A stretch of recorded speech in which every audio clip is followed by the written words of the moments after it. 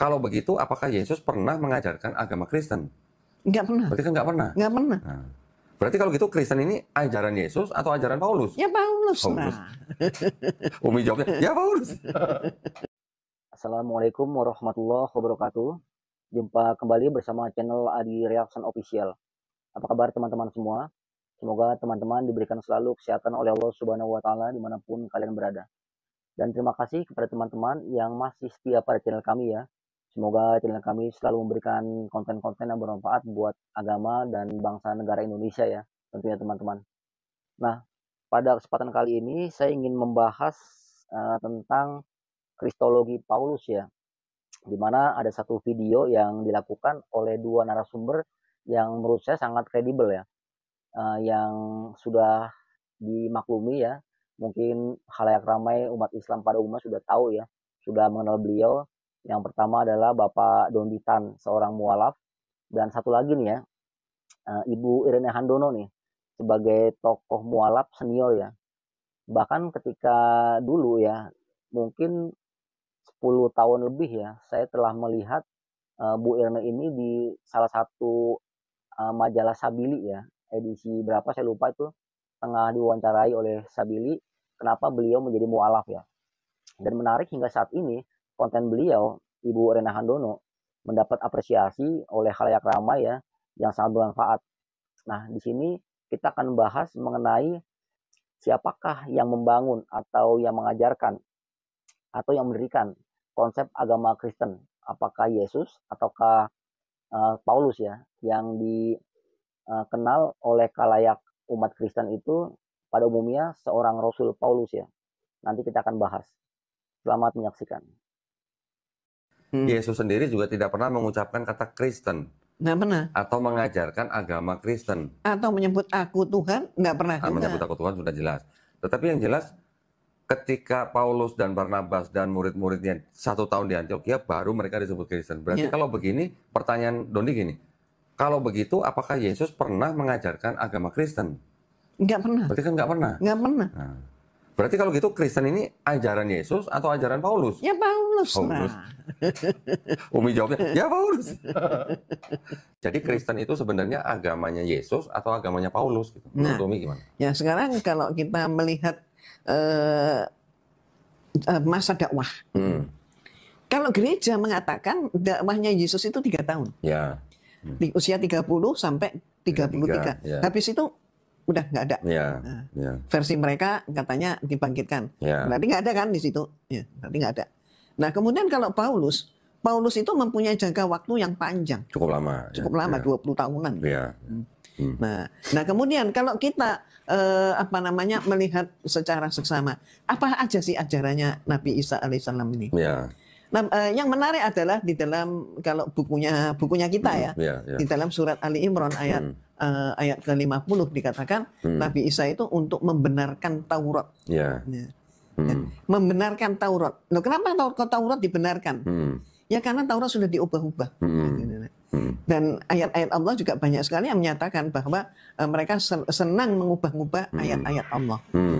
Dan kemudian kalau kita lihat di Matius nih. Nah ini. Nah, kita lihat di Matius pasal 5 ayat 17 sampai 18. Nah itu dikatakan janganlah kamu menyangka, Yesus menyatakan ya. Yesus ngomong nih, jangan kamu menyangka bahwa aku datang untuk meniadakan hukum Taurat.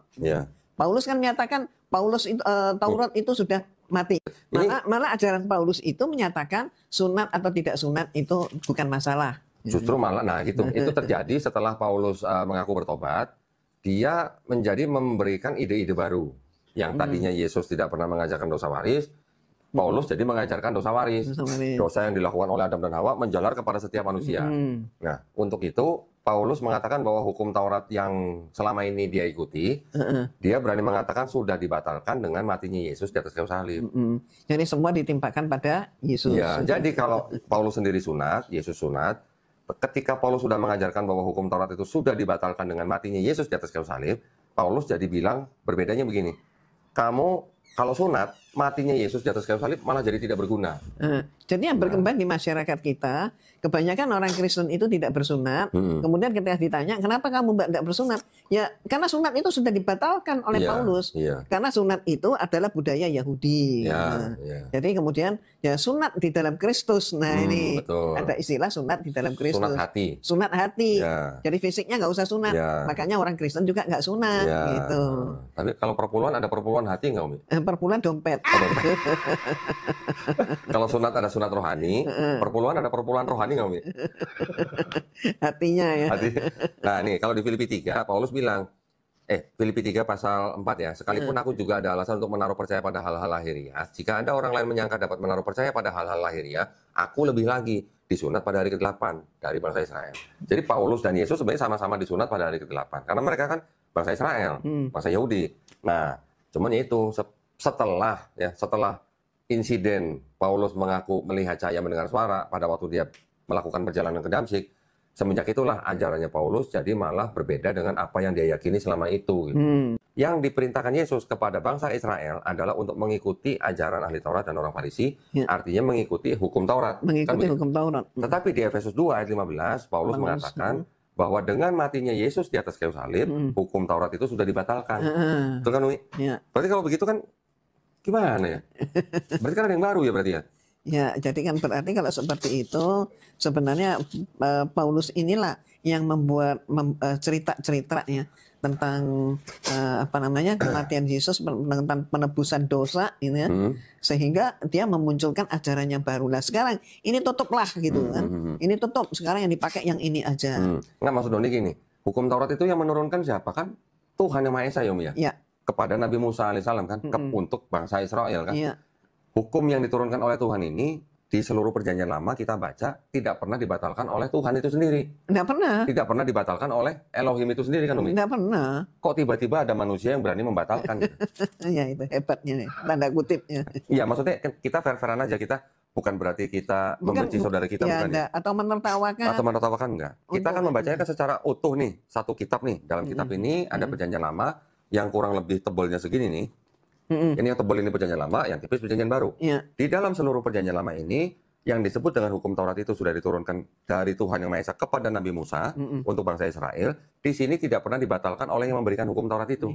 Tiba-tiba ketika di perjanjian baru, ada orang yang mengaku rasul, Paulus, mengatakan bahwa hukum Taurat yang di sini itu sudah dibatalkan dengan matinya Yesus di atas kayu salib. Yang ngomong Paulus. Yang ngomong Paulus, padahal Yesus sendiri juga mengatakan, jangan kamu menyangka aku datang untuk meniadakan hukum Taurat. Aku datang bukan untuk meniadakan, tapi untuk menggenapi. Satu iota itu kan satu huruf yang paling kecil ya, Umi, ya, di dalam Ibrani. Itu tidak boleh dihilangkan gitu. Udah gitu ada tambahan gini, Umi. Lebih mudah langit dan bumi runtuh daripada satu iota dihapus gitu, atau dihilangkan. Nah, maksudnya dari mana Paulus ini memperoleh otoritas untuk membatalkan hukum Taurat? Dari mereka tetapkan 3 pribadi itu kan mereka tetap klaim bahwa Tuhan mereka kan Esa, Umi. Ya, itulah. Itulah sampai berabad-abad ya, sampai dengan hari ini. Mohon maaf, PR itu nggak selesai. Jadi tidak ada jawaban dari petinggi-petinggi mereka yang bisa diterima dan yang bisa memuaskan. Oke, misalnya 2 tambah 3 sama dengan 5. Ya. Itu nggak bisa sampai ke situ. Jawaban yang pasti itu nggak ada. Akhirnya sampailah kemudian contohnya Paus Benediktus ke berapa 16 menyatakan bahwa Trinitas itu adalah misteri. Misteri, ya betul. Dari abad ke-4 pun juga sudah ada, Umi. Ribut. Bapak gereja yang menyebutkan bahwa Trinity atau Trinitas itu adalah misteri. Misteri. Nah, menariknya ketika Trinitas disebut misteri, agama-agama sebelumnya yang sudah ada 3 pribadi, 3 dewa gitu, itu juga disebut agama misteri juga, Umi. Agama misteri juga. Sebenarnya dari sini kita bisa berpikir secara mendalam, menganalisis secara mendalam. Sebenarnya dengan kata misteri ini benar-benar misteri. Artinya apa? Ya mitos. Berarti tidak bisa dijelaskan. Tidak bisa dijelaskan. Ya. Nah kan kita kan kalau kita membaca Bible, Umi ya, ketika mereka mengatakan Tuhannya Esa atau satu, tapi dalam 3 pribadi, Tuhannya satu nih. Tapi ketika Yesus dibaptis di Sungai Yordan, ada Yesus di Sungai Yordan, ada Roh Kudus dalam bentuk burung merpati, ada suara di langit. Kan itu kan 3-3 nongol bareng, Umi. Iya, benar. Ketika Doni tanya kepada teman-teman Kristen, itu 3 apa 1 Tuhannya? dengan logika dan akal sehat mereka bilang 3 tetap. Nah, itu. Nah, sekarang ada Yesus di sungai, ada burung merpati pakai Roh Kudus, ada suara di langit, Kabarnya ada inilah jelas ya. nah inilah anakku yang kukasihi gitu kan. Bilangnya 3, tapi kok 3-tiganya nongol bareng gitu. Bilangnya 1 tapi 3-tiganya nongol bareng gitu. Ya kan aneh kan?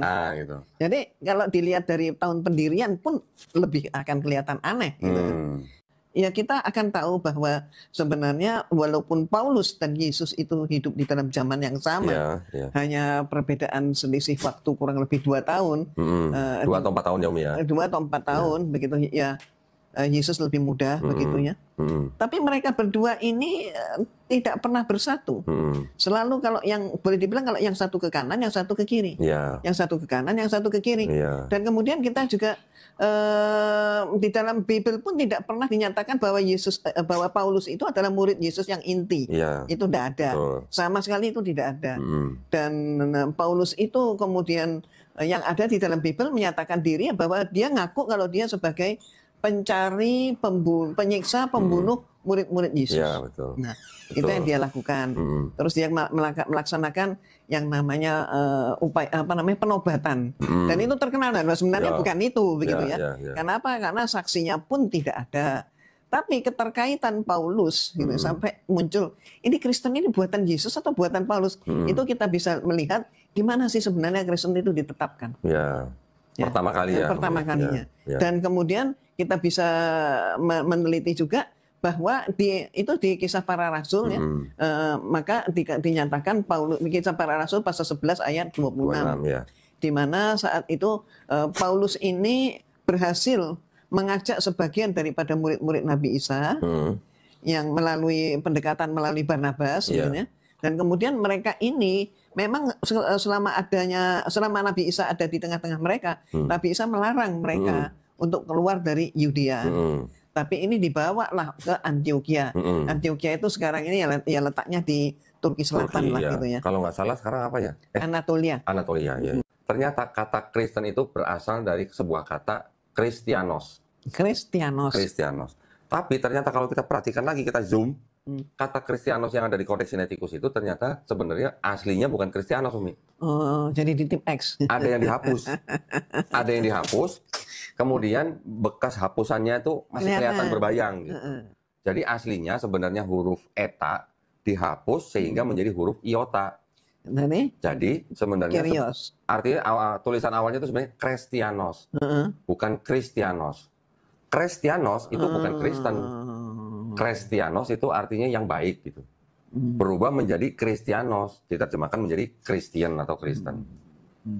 Perbedaan antara E dan I. Nah, eta dan I, iota, eta dan iota. Kalau eta itu bentuknya seperti huruf E yang kita kenal, iota atau sekarang yang bentuk I kita kenal. Nah, berarti ini kan suatu pembodohan. Ya. Jadi Umi ingat nih pada waktu pelajaran di sekolah dulu ini, yang namanya tata buku istilahnya ya. Itu namanya tata buku itu kalau kita sudah memasukkan suatu keterangan, apalagi angka, maka tidak boleh dihapus, diurek-urek, tidak boleh. Ditimpa tulisan lain itu tidak sah. Jadi surat-surat itu tidak sah kalau dibuat seperti itu. Minimal harus dicoret, ditandatangani dan dibuat Ya itu yang terjadi Umi ya. Itu yang terjadi. Jadi naskah kitab suci loh. Atau membatalkan. Tuhan itu nggak pernah, karena sifat Allah itu adalah maha benar. Maka dia nggak pernah membatalkan firman-Nya. Jikalau ada syariat-syariat yang disempurnakan, syariat-syariat yang diturunkan sebelumnya itu hanya syariat-syariat yang khusus untuk bangsa tertentu dan juga untuk waktu tertentu, ya Umi ya. Tetapi ketika disempurnakan, ini sudah dianggap sesuai untuk semua manusia. Betul. Betul ya Umi ya. Alhamdulillah Umi ya, kita termasuk orang-orang yang berserah diri hanya kepada Allah Subhanahu wa Ta'ala. Amin. Terima kasih banyak Umi. Sama-sama Doni. Alhamdulillah. Semoga sehat selalu. Amin. Ya teman-teman, demikianlah satu cuplikan video ya yang saya ambil sedikit dari wawancara Pak Donditan dengan Ibu Irena Handono ya teman-teman ya, di mana beliau sering mengutarakan untuk masyarakat ya pada umumnya ya, untuk umat Islam, siapakah pendiri agama Kristen ya, apakah Yesus itu sendiri ataukah Paulus ya, atau Paul ya, yang terkenal dengan Rasul Paulus ya bagi agama Kristen. Nah, di sini saya ingin sedikit menjelaskan sebelumnya, kita jangan anti ketika kita membahas tentang sosok Paulus tentang sosok Yesus ya, atau tentang agama Kristen, Buddha, Hindu, apapun juga ya. Bagaimanapun juga dari pihak sana yang saya lihat dari channel-channel Pak Yusuf Manubulu atau Cokro TV itu banyak yang menyinggung atau sedikit ya yang saya lihat memberikan narasi yang sedikit menyudutkan Islam ya. Islam itu diserang biasanya hanya oleh doktrin-doktrin masalah poligami ya atau masalah jihad ya yang diplesetkan atau dipelintir yang mengarahkan ya atau menyudutkan Islam. Namun tidak bisa kepada konsep sang tokoh yang luar biasa dalam hal ini Nabi besar Muhammad SAW ya. Dimana ketika tauhid ya disinggung, biasanya pihak-pihak di luar Islam itu tidak bisa ya mengalahkan konsep tauhid yang ada dalam Islam.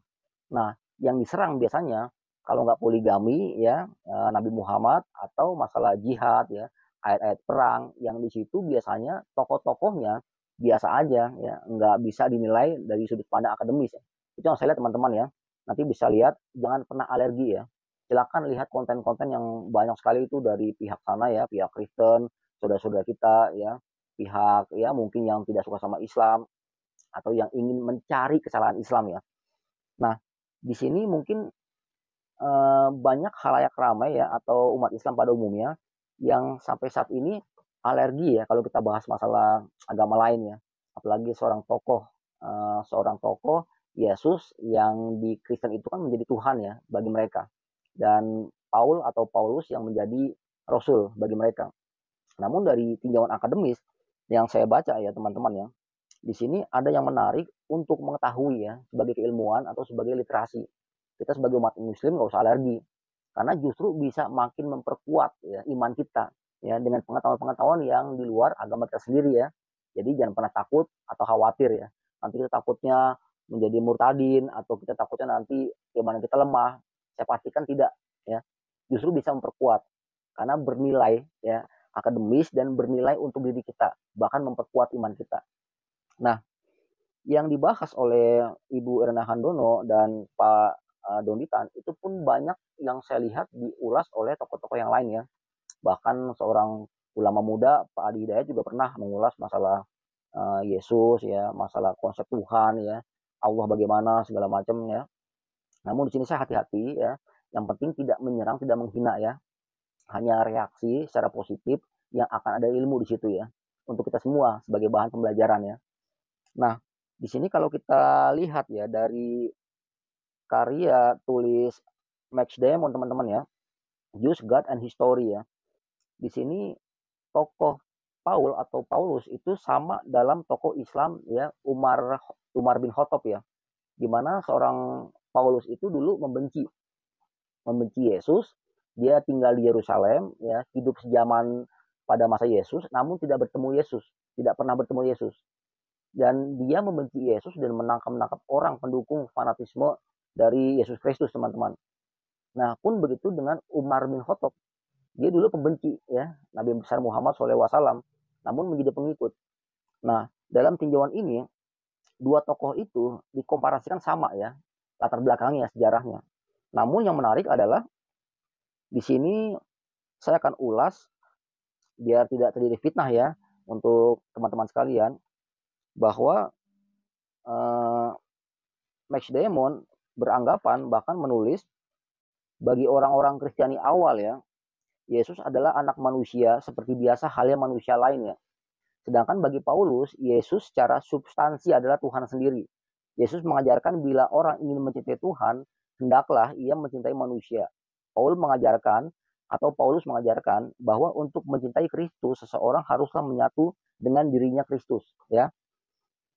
Paul juga mengubah ajaran Yesus menjadi Mesias, menjadi Yesus penebus dosa-dosa manusia. Ya mungkin di sini ketika ada ajaran sebagai konsep penebus dosa, ya di mana pada dahulu kan Yesus ditangkap oleh tentara Romawi ya, karena seakan-akan beliau kan memberontak ya. Ia menjadi raja atau kategorinya itu untuk kategori sekarang itu bisa dikategorikan kategori makar. Dan pada masa itu memang semua pemberontak ya pada zaman Romawi itu disalib ya. Jadi Yesus pun disalib hukumannya. Itu hal yang wajar pada masa pemerintahan Romawi dahulu ya teman-teman ya. Nah di sini Paul juga mengubah ajaran Yesus sebagai Mesias menjadi Yesus penebus dosa-dosa manusia. Ini konsep ajaran dari Paulus, dan yaitu bahwa manusia dapat selamat dari kejahatan dosa hanyalah melalui Yesus. Itu menurut beliau ya. Padahal Yesus sendiri mengajarkan bahwa jalan keselamatan hanya bisa dicapai dengan perbuatan mulia. Menurut Paulus, melalui penyaliban atas dirinya, Yesus telah membebaskan manusia dari dosa-dosa. Jadi konsep dari Paulus inilah yang dipakai hingga saat ini ya. Terlepas dari mungkin ada apologet yang membela, yang tidak membenarkan. Ini hanya tulisan dari luar sana ya, bukan dari tulisan orang kita, sehingga menjadi literasi dan sebagai referensi untuk menambah wawasan. Karena selama ini mungkin masih ada pandangan bahwa Yesuslah yang mengajarkan agama Kristen. Namun ada juga yang berpandangan bahwa Pauluslah yang mengajarkan, yang mendoktrin. Nah di sini dari tulisan Max Damon, Jews, God and History ya, bahwa yang memakai konsep atau yang membuat konsep penebus dosa manusia ya, itu adalah Paulus. Nah, perubahan fundamental Paulus itu menyebabkan berkembangnya keraguan sekitar keaslian ajaran dan pendiri agama Kristen, Yesus ataukah Paulus ya. Herbert J. Muller meyakini perubahan-perubahan doktrin fundamental Kristiani yang dilakukan Paulus menyebabkan ajaran Kristen sesungguhnya dibangun oleh Paulus, bukan oleh Yesus. Ini menurut Herbert J. Muller ya teman-teman ya. Nanti saya berikan referensi ya, karena tulis beliau ya, sebagai bahan perbandingan, sebagai bahan pembelajaran ya, untuk kita semua. Dan menurut Eric Fromm, The Dogma of Christ dalam bukunya, penetrasi ajaran-ajaran Paulus ya, ke dalam struktur kekuasaan Imperium Romawi menyebabkan banyak kaum aristokrat dan penguasa imperium memeluk agama ini ya. Dan ini teman-teman yang menarik nih, perubahan komposisi ini dalam perkembangan selanjutnya menyebabkan agama Kristen menjadi agama kaum aristokrat ya, agama kaum bangsawan. Dan bahkan setelah kaisar atau raja ya, jadi pada masa lalu itu sebutannya Kaisar Konstantin memeluk Kristen, agama ini resmi menjadi agama negara. Ya, jadi kristologi Paulus inilah yang membangun agama Kristen hingga diakui di Imperium Romawi menjadi agama negara, ya, sehingga berkembang hingga saat ini. Ya, memang pembahasannya panjang ya kalau kita runtut ya, karena referensinya sangat kredibel dan bisa dijadikan acuan ya dalam satu karya tulis yang ilmiah.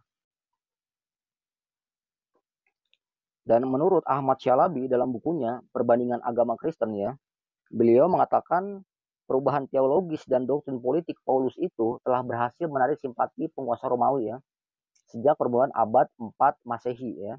Bahkan pada abad-abad selanjutnya, kristologi Paulus didukung oleh kekuasaan imperium dan dijadikan agama negara.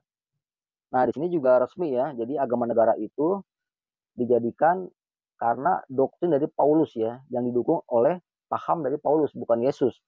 Sedangkan Yesus pada masa-masa awal, beliau adalah orang yang melakukan atau doktrin ya, mensamaratakan derajat manusia, cinta kasih ya, belum masuk kepada doktrin-doktrin penebusan dosa, doktrin-doktrin mohon izin ya, trinitas. Semua konsep ini dilakukan oleh Paulus. Makanya ada narasi yang berkembang, banyak ya apologet yang menolak bahwa Yesus konsepnya dari dulu memang mengajarkan simbol atau doktrin trinitas. Sedangkan dari buku yang saya baca, saya lebih menekankan bahwa Paulus lah ya mengajarkan konsep trinitas, bukan Yesus ya. Kenapa? Karena Paulus inilah yang melakukan suatu perubahan ya, suatu formulasi berbeda dari konsep ketuhanan ya. Menurut Paulus itu bahwa Yesuslah Tuhan, sehingga dibuat konsep ya, konsep trinitas. Jadi trinitas itu bukanlah konsep dari Yesus Kristus. Ya nanti Yesus akan saya bahas di lain tempat ya, dengan sumber referensi berbeda. Di sini juga saya tidak bisa panjang-panjang ya, karena kan ibaratnya biar teman-teman nggak bosan juga ya. Yang penting pokok-pokoknya bisa dimengerti dan bisa diambil ya. Mana yang kira-kira bisa menjadi acuan dari yang tadi saya ambil videonya sebagai cuplikan, yakni Pak Donditan dan Bu Irena Handono teman-teman ya. Nah, sekali lagi ya, di sini saya tidak bermaksud menyinggung masalah Kristen, masalah apapun juga ya. Teman-teman apologet Kristen ya, banyak juga yang saya lihat, yang saya cermati, itu pun banyak yang menyinggung tentang Islam ya, tentang konsepnya. Namun sayang tidak diberikan data-data referensi sehingga saya tidak bisa menggali apakah asumsi pribadi ataukah benar-benar sesuai dengan fakta atau realita ketika ya tanda petik ya menyinggung masalah umat Islam. Contoh Nabi Muhammad ya yang katanya begini, yang suka kawin segala macam. Sedangkan dalam karya Michael H. Hart ya, Nabi Muhammad itu dinobatkan sebagai tokoh yang paling berpengaruh nomor 1 di dunia kan, Bahkan Paulus, Yesus Kristus itu berada di bawahnya ya. Nah, nanti saya akan cuplik ya, karena saya belum mencari bukunya. Insya Allah saya akan tampilkan ya di lain tempat, dan kita akan bahas ya perbandingan antara Nabi besar Muhammad dan konsep dari Yesus Kristus ya. Di sini menarik sedikit adalah ketika ada apa ya, kalimat atau ada kata-kata atau ada ayat dalam Bible ya, saya nggak hafal teman-teman ya, pernah nggak yang mendengar bahwa berikanlah hak kepada kaisar, atau berikanlah hak Tuhan ya untuk Tuhan. Itu menurut penelitian yang dilakukan oleh Dr. Ahmad Suhelmi ya, kalau nggak salah beliau almarhum ya, itu konsep yang akhirnya Yesus Kristus tidak bisa disandingkan oleh gerakan yang dilakukan oleh besar Muhammad SAW. Bagaimana Nabi Muhammad secara politik bisa menaklukkan kota Mekah dan bisa memenangkan. Bahkan apabila ingin membalas, itu bisa. Namun Nabi tidak membalasnya, ya, bahkan mensatukan dengan dibuktikannya ada negara Islami atau negara Madani yang dibuktikan dengan konsep negara Madinah. Sedangkan Yesus Kristus dalam hal ini beliau berkompromi ya dengan politik di konsep negara Romawi pada waktu itu. Makanya keluarlah kalimat seperti itu. Tidak salah sih, cuma secara formulatif semua konsep Yesus Kristus itu dirubah ya menurut Max Diamond itu oleh Rasul Paulus ya. Sudut pandangnya benar atau tidak itu kita kembalikan kepada apologet atau ahli-ahli Kristen ya. Karena di sini juga yang menulis bukan orang Islam nih teman-teman ya, melainkan sudut pandang dari pemikiran orang-orang Kristen sendiri. Ini luar biasa ya. Kenapa? Karena kalau karya tulis itu cenderung objektif ya, tidak bisa memihak ya. Namun dari situ kita bisa ambil kesimpulan, karena dalam penelitian itu harus melakukan serangkaian hipotesa, mengambil beberapa referensi, menggali pengetahuan yang banyak orang belum tahu, sehingga diangkat ke permukaan. Sehingga pembahasan yang dilakukan oleh apologet atau mualaf atau mutadin itu tidak menjadi liar teman-teman ya. Bahkan bisa menjadi kajian yang menarik. Dan ingat, jangan khawatir, jangan takut. Bukan melemahkan iman, justru akan memperkuat iman. Insya Allah. Demikian teman-teman ya. Apabila kurang referensi atau ada kata-kata saya yang kurang berkenan, saya mohon maaf. Jumpa kembali pada channel kami selanjutnya. Assalamualaikum warahmatullahi wabarakatuh.